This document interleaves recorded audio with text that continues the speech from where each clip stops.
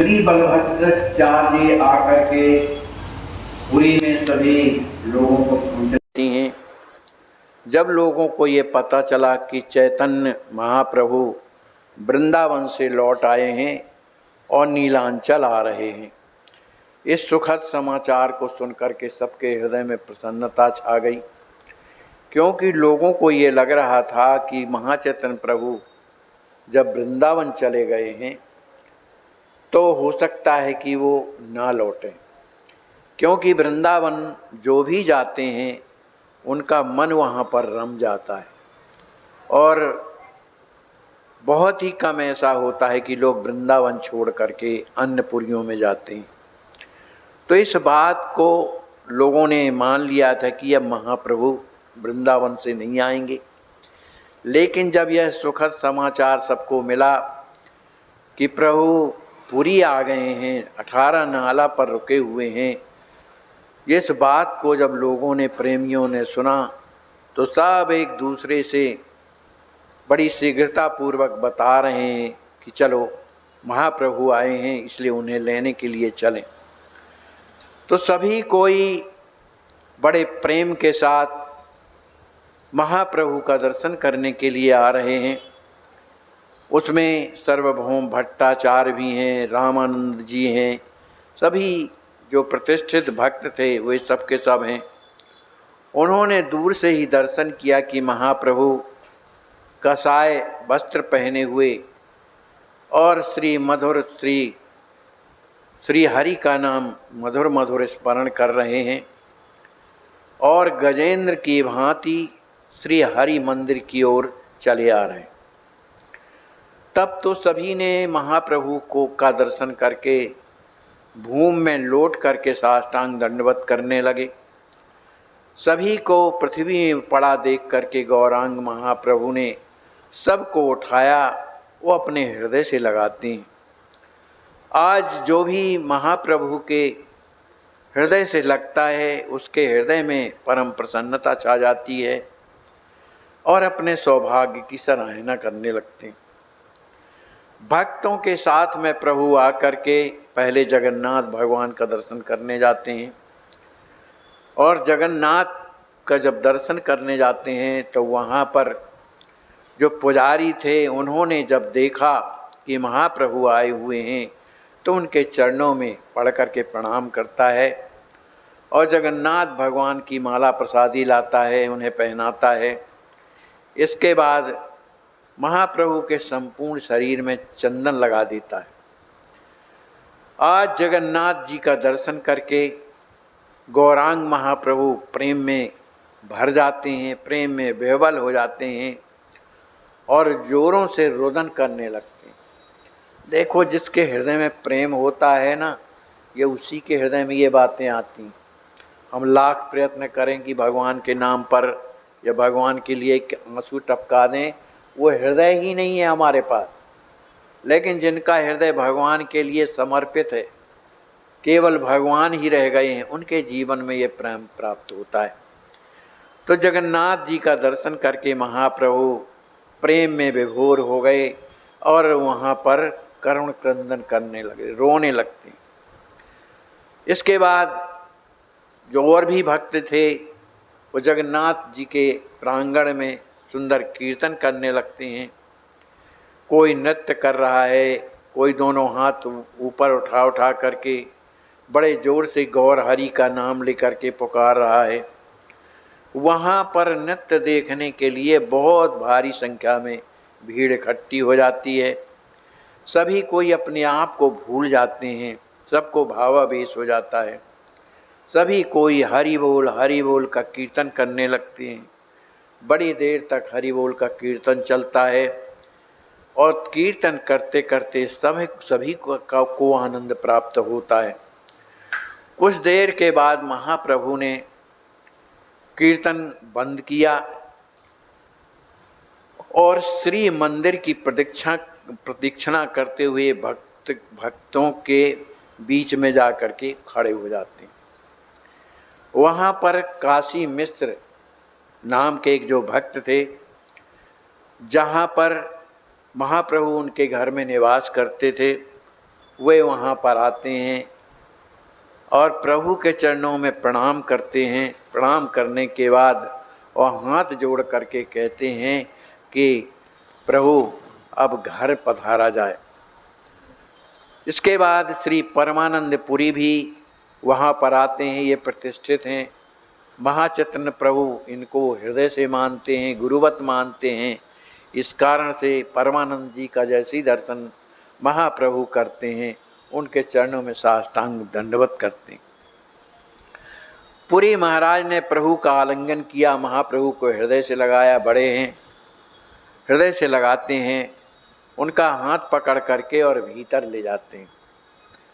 सभी के बैठ जाने पर जब महाप्रभु बैठ गए और भी भक्त बैठ गए, तो महाप्रभु ने अपने ब्रजमंडल की यात्रा, वृंदावन की यात्रा, कहाँ कहाँ गए, क्या हुआ, कैसा हुआ, ये सब वृत्तांत लोगों से बताते हैं। लेकिन महाचैतन्य प्रभु का वृंदावन जाना, सब स्थानों में जा कर के दर्शन करना कोई साधारण बात नहीं थी।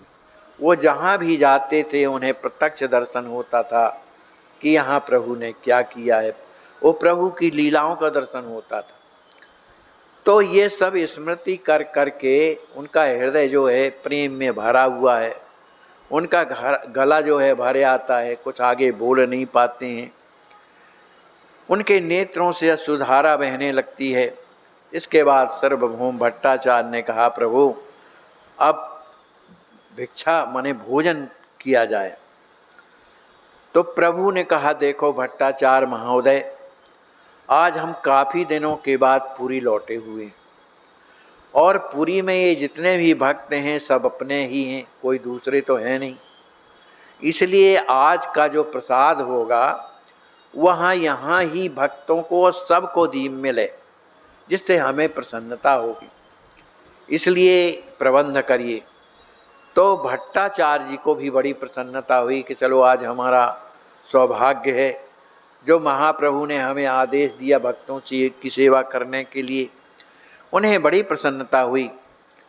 वे काशी मिश्र वाणीनाथ और भी 2-4 भक्तों को लेकर के महाप्रसाद लेने के लिए अपने घर जाते हैं। अनेक प्रकार की सुंदर सुंदर सामग्रियों को लेकर के जहाँ महाप्रभु ठहरे हुए थे वहाँ लाते हैं और महाप्रभु के सामने रख देते हैं प्रसाद आरोगने के लिए। महाचैतन्य प्रभु उन वस्तुओं को देख करके बड़े प्रसन्न होते कि आज ये भक्तों को ये सब प्राप्त होगा। आज हमारा कितना सौभाग्य है कि हम भक्तों के बीच में बैठ करके और ये प्रसाद पाएंगे। महाप्रभु प्रेम में विभोर हो करके उस प्रसाद को पाने लगते हैं और फिर अपने भाग्य की सराहना करते हैं। जब प्रभु प्रसाद पा करके विश्राम करने लगे, तब भक्तों ने भी थोड़ा थोड़ा प्रसाद लिया और अपने अपने घर को चले गए, क्योंकि वो पुरी के लोग थे, कोई अलग से नहीं थे।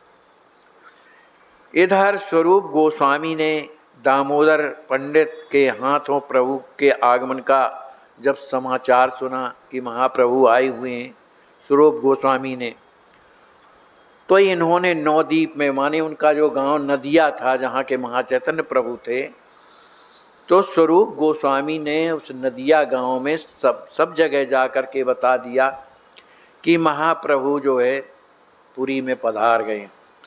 पुरी से नवद्वीप पास में पड़ता है, बंगाल, तो पधार गए हैं। तो इस बात को सुनकर के संपूर्ण नवद्वीप के लोग बड़ी प्रसन्नता के साथ जाने की तैयारी कर रहे हैं। अनेक प्रकार के मिष्ठान बना रहे हैं कि हम महाप्रभु को ये पवाएंगे, ये पवाएंगे, कि उनके सबके प्रति प्राणंते प्रभु प्रिय लागहि सबका राम कृपाल। जो भगवान का होता है, जिसका संसार में सब अपने होते हैं, वो सबका प्राण प्यारा बन जाता है। यही स्थिति महाप्रभु की थी, उन्हें सभी कोई चाहता था। फिर इसके बाद स्वरूप गोस्वामी जी जा कर के महाप्रभु की माता जो सची थी उन्हें बताती हैं, और उनकी जो पत्नी थी विष्णुप्रिया जी, जब उन्हें भी पता चलता है तो बड़ी प्रसन्न होती हैं कि चलो शायद हमें भी दर्शन मिले।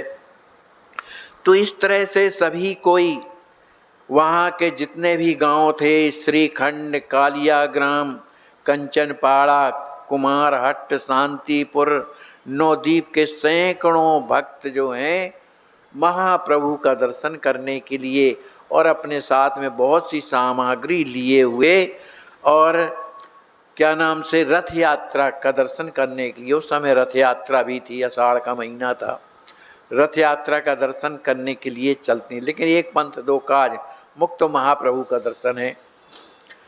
अब जब वहाँ पर जब चलने लगे तो एक शिवानंद थे, तो उनका एक कुत्ता था घर में, तो वो भी चलने के लिए तैयार हो गए। और उनने काफ़ी मना किया उसको कि तुम मत जाओ। भाई कुत्ते भी तो समझते हैं ना, रहते रहते सब समझते हैं क्या कौन मालिक कहता है। तो मना किया, लेकिन कुत्ता जो है कुछ नहीं, उन्हीं के चरणों को पकड़ के कहा हम तो चलेंगे। अब बहुत रोका पर रुका नहीं। तो ये जो शिवानंद जी थे, ये सैन थे, तो उन्होंने कहा भाई चलो भाई, इसको भी लिए चलो। तो जब रास्ता चलते जाते थे तो रास्ते में जब सब पाते थे तो कुत्ते को भी देते थे, तो कुत्ता भी पाता हुआ चलता था। अब समस्या ये होती थी कि जिस नदी के किनारे पहुंचते थे तो वो नाव वाला कहता था भैया तुम लोग भले आओ पर कुत्ता हम न ले जाएंगे, ये अशुभ माना जाता है। बताओ तुम लोग कुत्ता लेके चलते हो। लेकिन जो सैन थे वो दुगना धन दौलत दे करके, माने पैसा दे करके वो कुत्ते को ले गए। अब एक जगह क्या हुआ कि जब नदी पार कर रहे थे दूसरी नदी, तो नाविक से जो है उस कुत्ता के संबंध में चर्चा होने लगी कि भाई हम किसी हालत में इसको नहीं उतारेंगे। अब वो बेचारा सुन रहा था कि सबसे आफत तो मैं ही हूँ, मेरी बारे में चर्चा चलती है, वो समझ रहा था। लेकिन बड़ी देर तक जब बहस चलती रही, आखिर दुगना पैसा दिया उनको, वो कुत्ते को भी किसी तरह से उस नाव में बैठाए पार आए। लेकिन वो जो नाव वाला था पता नहीं कैसा वो विवाद करने लगा। तो जब विवाद करने लगा तब सेन जी का थोड़ा दिमाग गड़बड़ हुआ, किसी तरह से हिसाब किताब पूर्ण हुआ, देरी ज़्यादा हो गई। अब क्या हुआ कि कुत्ता को भूख लगी थी, तो उसको उन्होंने उधर ज़्यादा भात चलता है, माने नवद्वीप में लोग दाल भात ज़्यादा खाते हैं, रोटी बहुत कम खाते हैं। तो उस कुत्ते को भात दिया नहीं तो उसको गुस्सा आ गई, तो वहीं से वो भाग गया। अब जब भागा तो अब जो सैन थे जिनका वो कुत्ता था शिवानंद जी का, सोचने लगा ये बोलो कहाँ चला गया। अब कुछ प्रयास भी किया लेकिन कुत्ते का कोई पता नहीं, बड़ा दुख लगा कि घर से लाए, अब पता नहीं कहाँ गया होगा, क्या होगा, चिंता में थे। लेकिन अब जो कुछ होना है तो वो भगवान की इच्छा, चलो प्रभु के तो दर्शन करना है। तो सभी कोई जब वहाँ से चलते हैं तो चलते चलते दूसरे दिन सभी कोई पहुँचते हैं पुरी। और पुरी में जब पहुँचते हैं जहाँ चैतन्य महाप्रभु ठहरे हुए थे, जब सभी को यहाँ के जाते हैं नवद्वीप के, तो शिवानंद भी आगे थे, लेकिन उन्हें चिंता थी कि हमारा कुत्ता का पता नहीं, वही हृदय में बात चल रही थी। लेकिन जैसे ही महाप्रभु के सामने जब पहुँचते हैं तो देखते हैं कि कुत्ता बगल में बैठा है और महाप्रभु उसे तस्मई खवा रहे और उसके हाथ, अपना हाथ जो है उसके सिर में रख के सहला रहे। इस बात को देख करके और सैन तो सोचने लगा, बोलो कहाँ से और कहाँ, इसको क्या पता, कभी इधर आया नहीं है, लेकिन पहुँच कैसे गया। बार बार बड़े प्रेम से पुचकार रहे थे महाप्रभु से, वो पूँछ हिला रहा था और महाप्रभु कीर्तन भी कर रहे थे, तो उसको आनंद भी आ रहा था उस कुत्ते को। आखिर जो सेन थे वो सोचने लगे हो सकता है कोई पूर्व जन्म का योग भ्रष्ट महापुरुष हो, किसी कुकर्म के कारण उसे कुत्ते की योनि मिल गई, क्योंकि नहीं तो महाप्रभु ऐसे क्यों प्रेम करते, वो कुत्तों से तो वैसे दूर रहते हैं, लेकिन वो बगल में बैठा है उसे खिला रहे हैं, तो कोई जो है महापुरुष होगा, ऐसा सोचे। अब इसके बाद क्या हुआ कि जब उनके हृदय में ये भाव आया उस सेन जी के, शिवानंद जी के, तो उन्होंने सोचा कि ये कुत्ता कुत्ता नहीं है, पूर्व जन्म का कोई है, तभी तो महाप्रभु इससे प्रेम करते हैं। तो उनको साष्टांग कुत्ते को दंडवत करते, महाप्रभु को तो किया ही, साष्टांग कुत्ते को दंडवत करते। अब कुत्ता भी पूंछ हिलाने लगा, आशीर्वाद दे रहा है। अब इसके बाद वो कुत्ता पूंछ हिलाता हुआ अब वहाँ से कहीं और चला गया, माने गायब हो गया, और काफ़ी पता लगाने पर भी उस कुत्ते का कोई पता नहीं चला। इसके बाद महाप्रभु सभी भक्तों से मिलते हैं, जितने गौड़ देश से आए हैं सभी से मिलते हैं। महाप्रभु की एक विशेषता थी कि वो स्त्रियों से कभी नहीं मिलते थे। अगर उनके साथ में स्त्रियां यद्यपि उनके गांव की हैं, लेकिन उनकी ओर कभी देखते नहीं थे, छूना तो बहुत माने दूर की बात है। तो स्त्रियां जानती थीं कि अब तो ये विरक्त हो गए हैं, इसलिए इनका धर्म जो है, उनकी धर्म की रक्षा करना भी तो हमारा धर्म है, इसलिए स्त्रियां नहीं जाती थीं, वो दूर खड़ी खड़ी उनका दर्शन करते थे। लेकिन उन जो पुरुष थे उनके उजा करके महाप्रभु के चरणों में दंडवत करते हैं, और महाप्रभु भी सबसे कुशलता पूछते हैं। इस तरह से उसी नवद्वीप में के पास एक गांव था, उस गांव में एक पनवेश्वर नाम का एक भक्त रहता था, उसका नाम था पनवेश्वर, और वो लड्डू बेच करके अपने घर का पालन पोषण करता था, लड्डू बेच करके। लेकिन पनवेश्वर के घर में जा कर के महाप्रभु निताई जरूर उसके घर में जाते थे, उसकी गोद में बैठ जाते थे और लड्डू मांग के खाते थे बिना पैसे का, और वो बड़े प्रेम से खिलाते, यद्यपि बड़ा गरीब था, उसी से गुजर चलता था, लेकिन बड़े प्रेम से खिलाते थे। अब चूंकि वो भी आया इधर पर पुरी उनका दर्शन करने के लिए, तो अपनी घरवाली को भी लाया, अपने लड़कों को भी लाया, बहुओं को भी लाया, और भी नातियों को लाया। अब कब की बात है, जब समय महाप्रभु छोटे थे, अब ये तो पहले ही से बड़े थे, लेकिन अब तो बुढ़े हो गए, और बुढ़े होने से शक्ल बदल ही जाती है, पहचानना पड़ता है कि वो ये कि कोई और है।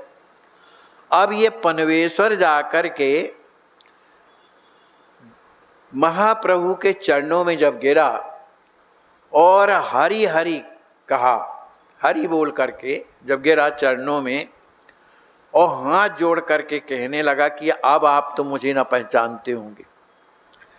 महाचैतन्य प्रभु ने कहा कि भाई हम क्यों ना पहचानेंगे आपको, आप तो हमारे पिता के समान हैं।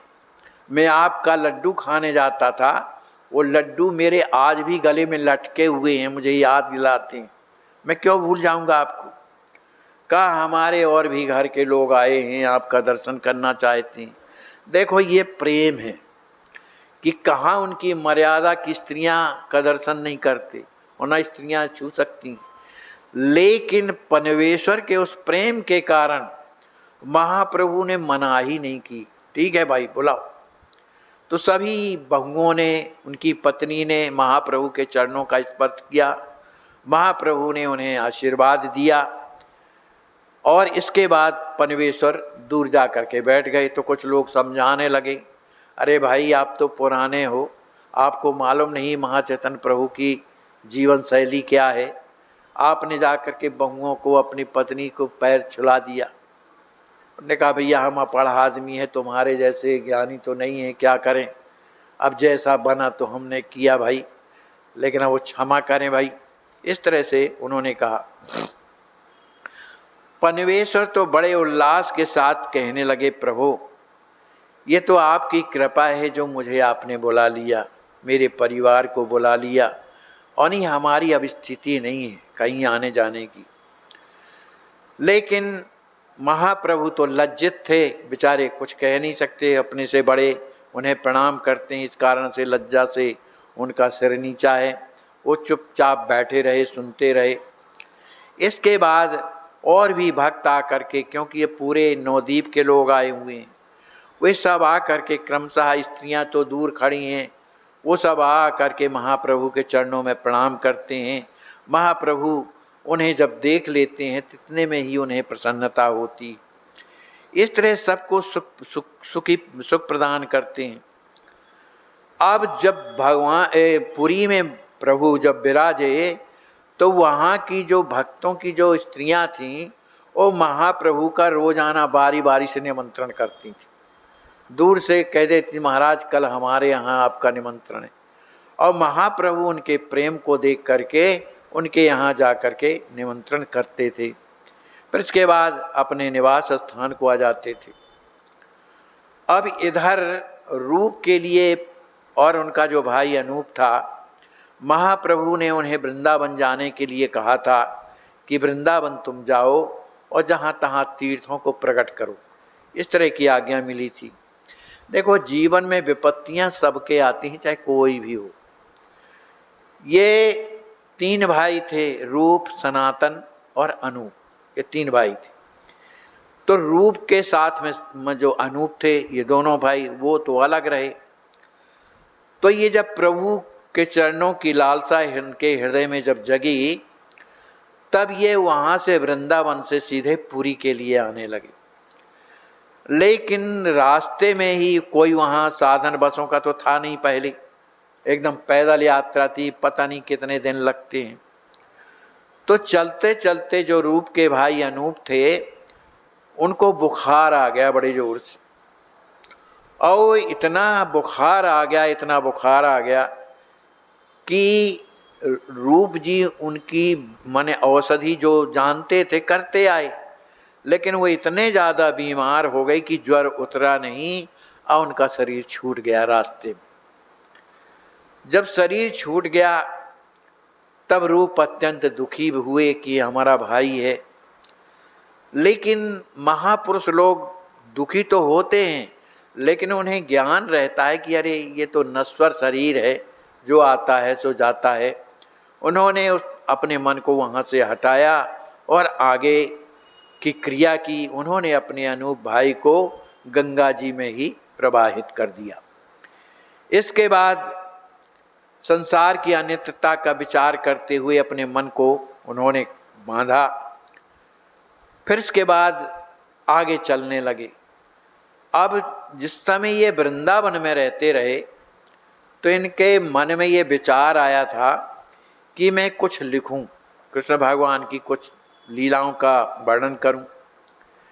तो अब चूंकि जो बात हृदय में आ जाती है, बुद्धि में चलती रहती है, वो रास्ता भी चलते रहो तो भी बातें वही जीवन में रहती। तो इन्हें एक वृंदावन में कृष्ण लीला विषयक एक नाटक लिखना था। रास्ते में चले आ रहे थे, तो रास्ते में नाटक के विषय में सोचने लगे कि आखिर ये कैसे नाटक लिखूं। वो जहाँ रात में ठहर जाते थे, वहाँ ही चिंतन करते थे और कुछ ना कुछ लिखने लगते थे। अब इनकी इच्छा है कि ये नाटक जो मैं लिख रहा हूँ 2 भागों में बनाया जाए। एक में श्याम सुंदर की बाल लीलाएं जो उन्होंने वृंदावन में की हैं, और दूसरी वो जो भगवान जब राजा हुए हैं, द्वारकाधीश बने हैं, तो द्वारका में रहकर के इन्होंने कौन सी लीलाएं की हैं, इसलिए 2 भागों में इनका वर्णन किया जाए।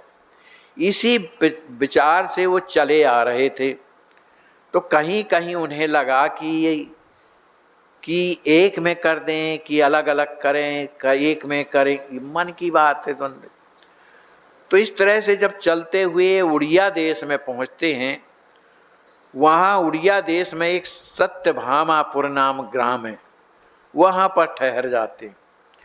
जब वहाँ पर ठहर जाते हैं, तो सत्यभामा जी ने स्वप्न में इन्हें दर्शन दिया। कहा, सुनो, आप जो लीलाओं की बात करते हो, तो आप वृंदावन की लीला अलग लिखो और हमारे द्वारका की लीला अलग रखो, अलग अलग करो। अब बड़ा सवेरा हुआ, चलो कहने लगे, चलो हमारा भ्रम तो दूर हुआ कम से कम। सत्यभामा जी ने हमें आज्ञा करी। तब उन्होंने अलग अलग नाटक लिखे। एक का नाम था विदग्ध माधव, दूसरा नाम था ललिता माधव। तो विदग्ध माधव में भगवान श्याम सुंदर जो वृंदावन में जो चरित्र किया है उनका वर्णन है, और ललित माधव में श्री द्वारकाधीश का वर्णन है। और इन दो नामों से ग्रंथ की उन्होंने रचना किया। अब बोलो, रास्ता चलते जा रहे हैं, रात में जहाँ रुकते हैं ग्रंथ की रचना करते हैं, और वो भी संस्कृत से करते हैं। जब ये नीलांचल पहुँचते हैं, प्रभु के पास जब पहुँचते हैं, तो उस समय महाप्रभु प्रसन्नता में बैठे हुए थे और अपने भाव में माने डूबे हुए थे। उसी समय जाकर के जब इन्होंने प्रणाम किया रूप जी ने, तो जो हरिदास थे वो हरिदास जी ने कहा कि प्रभु रूप आए हैं और आपको प्रणाम कर रहे हैं। रूप का नाम सुनता ही प्रभु करे कौन रूप, और एकदम से खड़े हो गए, कहाँ है रूप? देखा तो सामने दंडवत कर रहे थे। महाप्रभु ने रूप को दंडवत करते हुए उठाया और अपने हृदय से लगाया और कहने लगे, रूप तुम आ गए, बहुत अच्छा किया जो आ गए, मुझे तुम्हारी बहुत याद आ रही थी। इस तरह से रूप का भी हृदय बड़ा प्रसन्न हुआ कि चलो प्रभु मुझे याद तो करते हैं। इसके बाद श्री रामानंद राय सार्वभौम महाशय दोनों ही कवि हैं। अब रूप का परिचय इन दोनों कवियों से महाचैतन्य प्रभु ने कराया। किनसे? सार्वभौम भट्टाचार्य जी से और रामानंद राव। ये भी राजा हैं लेकिन बड़े विद्वान हैं। इन्होंने गौरांग महाप्रभु का दर्शन करके अपना राजपाट छोड़ करके वृंदावन रहने लगे, जिसका इनका चरित्र पहले आ गया। अब एक दिन रामानंद राय रामानंद और सार्वभौम भट्टाचार्य स्वरूप दामोदर आदि भक्तों को साथ लेकर के महाचैतन्य प्रभु हरिदास जी के यहाँ जाते हैं। हरिदास जी जाति के यमन हैं, वो कभी जगन्नाथपुरी के मंदिर में नहीं जाते थे, वो दूर से ध्वज का दर्शन करके वहीं से दंडवत कर लेते थे। जगन्नाथपुरी के जो पुजारी जिस रास्ते से समुद्र स्नान करने जाते थे उस रास्ते में भूल करके नहीं जाते थे। देखो कितना विचार है कि हम जात के मुसलमान हैं, हमारा धर्म क्या है। तो इस तरह से अपने धर्म की रक्षा करते थे।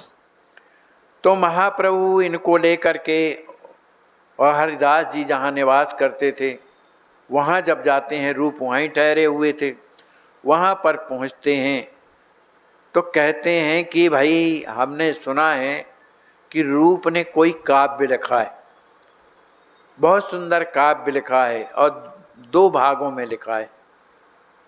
तो भाई हम सुनना चाहते हैं कि आपने क्या लिखा है। जब ये बात जब कही महाप्रभु ने तो लज्जा से उगड़ने लगे, कुछ बोले नहीं, पृथ्वी की ओर देखने लगे। उनके मुख से एक भी शब्द नहीं निकला। तब प्रभु ने बड़े प्रेम से कहा, अरे वाह, ये बहुत अच्छी बात है। अरे हम यहाँ तुम्हारी कविता सुनने के लिए आए हैं और तुम अपना सिर नीचा किए हुए हो। अरे इसमें शर्म की कौन सी बात है भाई? आपने जो भी लिखा है तो भक्तों के सुख के लिए लिखा है ना। अगर किसी को सुनाओगे नहीं तुम्हारे लिखने का क्या प्रयोजन होगा। अब राय जो थे राजा, उन्होंने कहा हाँ हाँ सही है, आप तो सुनाइए क्या लिखा है आपने, इसमें शर्माने की क्या बात है। आपने नाटक का नाम तो पहले बताओ, क्या नाटक का नाम है। तो उन्होंने बताया, एक का नाम है ललित माधव, दूसरा का नाम है विदग्ध माधव। ये 2 नाटक लिखे। कहा तो पहले ललित माधव का सुनाइए आप, उसमें क्या लिखा है। अब ये कुछ ना बोलें, संकोच उनके महाप्रभु के सामने कभी बोलते नहीं थे, संकोच में। तो अब राय जो महाशय थे उनने कुछ क्रोध माने रोष प्रकट करते, माने क्रोध नहीं है लेकिन ऊपरी, कि भैया तुम सुनाते क्यों नहीं हो, जब से प्रभु तुम्हारे मुख की तरफ ताक रहे हैं और पता नहीं तुम्हें क्या हो गया। अरे सुनाओ भाई। जब ऐसा कहा तो उन्होंने एक वंदना का श्लोक सुनाया। उस वंदना का मतलब ये था कि जो चंद्रमा से उत्पन्न हुए अमृत की मधुरमा के मद को चूर्ण करने वाली अर्थात चंद्रमृत से जो मीठी है वो श्री राधा जी, माने इस तरह का बनाया। फिर इसके बाद कहा कि और भैया सुनाओ, सभी कोई बाय बाय करने लगे। तो उन्होंने चैतन्य महाप्रभु का गायन किया दूसरे उसमें। तो चैतन्य महाप्रभु ने जब सुना इस श्लोक को तो कहने लगे महाप्रभु कि पता नहीं ये कवियों के को क्या सूझता है, इनको तो लोग राजा से दंड दिला दें तो ज़्यादा अच्छा रहेगा। माने जो प्रशंसा करते हैं वो होती नहीं है, फिर भी इतनी बड़ी प्रशंसा। उन्होंने लिखा क्या था, लिखा था कि असुरों की स्त्रियों के सनातन चकवाओं को और मुख की कमल समूहों को जो शोक ग्रस्त बनते हैं और अपने चंद्र चकोर वृंद के समान समस्त सुहृद को अपनी सुंदरता शीतल किरणों से सुखी बनाते हैं, माने महाचैतन्य प्रभु का जो दर्शन करते हैं वो सुखी हो जाते हैं, वे ही मुकुंद के यश रूपी पूर्णचंद तुम्हें चिरकाल तक प्रसन्नता प्रदान करें। ऐसा चैतन्य महाप्रभु का सुनाया। अब तो महाप्रभु कहने लगे वाह रूप बहुत बढ़िया लिखे हो।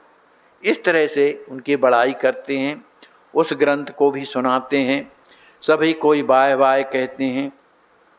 इस प्रकार सभी भक्तों ने रथ यात्रा का दर्शन किया।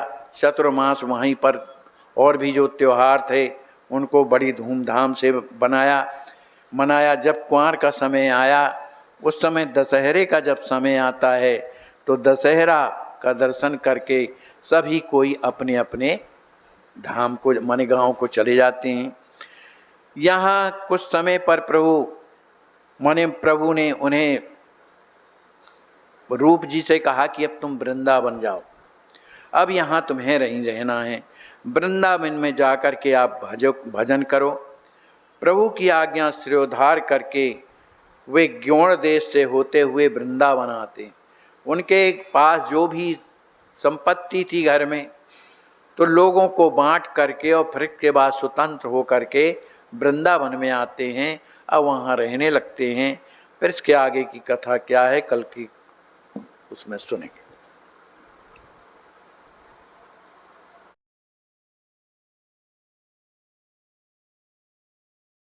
आपकी अस्वस्थ संत सेवा ट्रस्ट के द्वारा इन्हें लखनऊ मेडिकल कॉलेज भेजा गया है ऑपरेशन के लिए।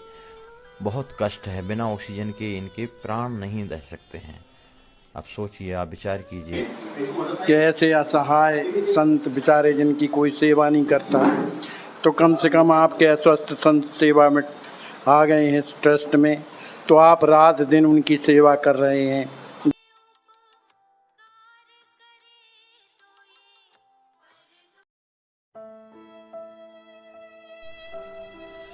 इनको लकवा मारने के बाद 1 महीने तक अपने बिस्तर पर पड़े रहे। दुर्भाग्य हमारे समाज का, कोई हाथ नहीं लगाता था, बेचारे खिसक खिसक के लेटरिन करते थे। आज अस्वस्थ संत सेवा ट्रस्ट आपकी देख रहे हैं आप किस प्रकार से स्नान करा रही है और इनको हर प्रकार के इलाज की सुविधा अब चलने लगे हैं ये। और मेरे प्यारे भाइयों, जिंदगी में कठिनाइयां हमें सही रास्ता दिखा जाती हैं, अवश्य ही उनसे घबराना नहीं चाहिए। जय श्री राम। हाँ, ज़्यादा नहीं लगेगा। हाथ कटने के बाद तो दवा भी रोक चलेगा फिर। चलिए, उसके बाद तो डॉक्टर ने कहा है कि कैंसर आपका जान बच जाएगी, हैं? आगे नहीं बढ़ा है, हैं? चलो ठीक है, भगवान करें आपका मंगल हो, आप जल्दी स्वस्थ हो जाएं।